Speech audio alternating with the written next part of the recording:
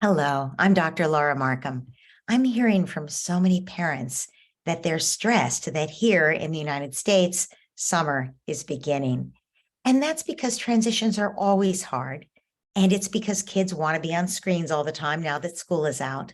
And it's also because parents have full lives, whether they're working outside the home or whatever other responsibilities they're juggling, those don't go away just because the kids suddenly have more time now that they're not in school. So I have three quick tips for you today. First of all, routines. Routines will save your life. And we'll talk in another minute about what kinds of things should be in your routine to make your life easier and to give your kids the best possible summer. But routines. Second tip, make a bucket list for your family. Ask each person tonight at dinner to tell you one thing they want to do this summer. They're in charge of researching, designing. They have to be within a budget, right? You could say no hotel stays and the total price tag is under $40. They have to design whatever that thing is. And if they're four, obviously you're going to help them, but maybe their idea is to set up a slip and slide in the backyard with hoses and invite all the neighbor kids and have watermelon. Great. Now you have something for your child to look forward to. They can develop some executive function planning this thing and some initiative as they research it with your help. You'll be their backup, right?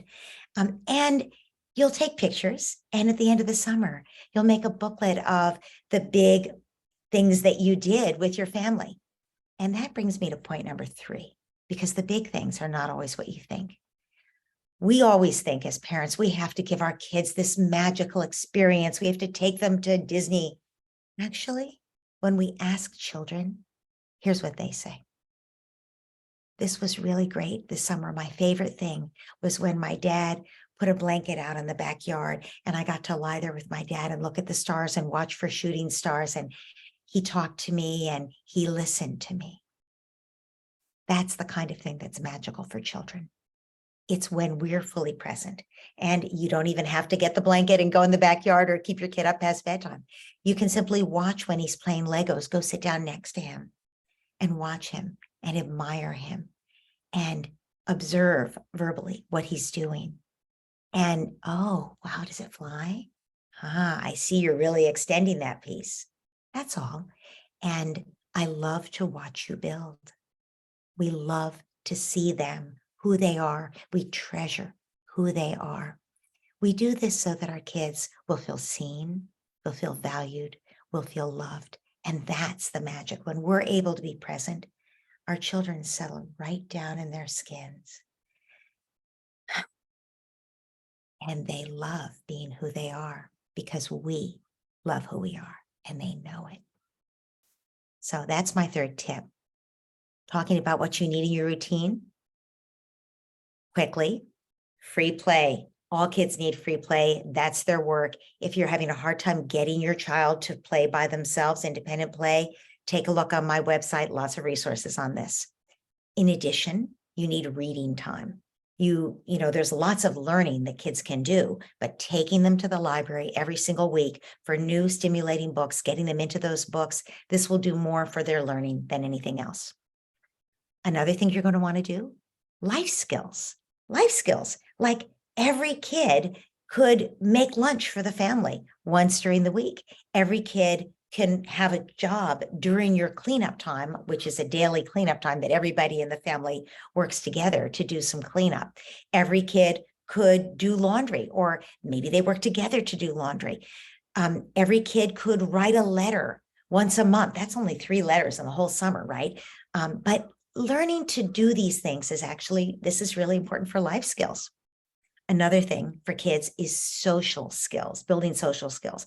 Lots of regular play dates, and they can build the life skill of picking up the phone and calling to see if they can arrange the play date. It doesn't have to be on you. Kids can learn to follow rules and to give and to take turns by playing games together that require that. Right? So lots of opportunities for social skills in the summer. There should be quiet time every single day in every single family. Parents get downtime too, no electronics. kids read, and they can play quietly in their rooms also. But this happens, starting at nap time when they're toddlers, and then just continues even once they don't nap. And then outdoor time, super important to have outdoor time every single day, because everything that we need for our health and well-being, all of the indicators improve when we're outside. People of all ages, being in nature makes us feel better, makes us happier, and even improves our eyesight. There's so many reasons that kids need to be outdoors. So getting kids outdoors every day, really important. If you create a routine, a schedule, a daily schedule with all of those things in it, there won't be that much time left for screen time. And there's nothing wrong with having screen time, as once we do these things, when we've done all these in the course of our day, then we have a little bit of screen time while I'm making dinner, no problem if you want to do that for your kids. But there's so many other things that you want to make sure are part of their life. That's what a balanced life is all about. And there's so many exciting things for kids to do in the summer where they can, take on something new, a new challenge. So working those things into your routine. And then screen time, that's the last thing you work in. If that's part of your schedule, kids are not going to fight with you as much about it. Whereas if they can ask you and badger you anytime until you give in and give them screen time, well, then that's what they're going to do. So those are the 3 tips: routines, make a family bucket list, and connection. Remember, that's where the magic is. Have a wonderful summer.